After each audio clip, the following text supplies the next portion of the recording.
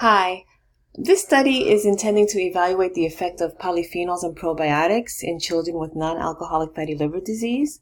NAFLD is a growing epidemic in children. It's known as a silent killer because it is asymptomatic.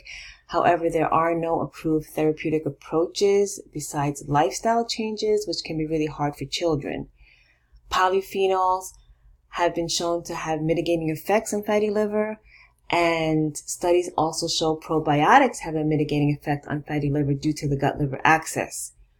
However, there are no or limited studies on the combined effect of the polyphenols and probiotics and the possible synergistic effects in NAFLD. So this study will provide the framework for the possible effects of the combined therapies, and it will compare the within group and between group changes in their liver enzymes, their waist circumference, and the grade of their fatty liver.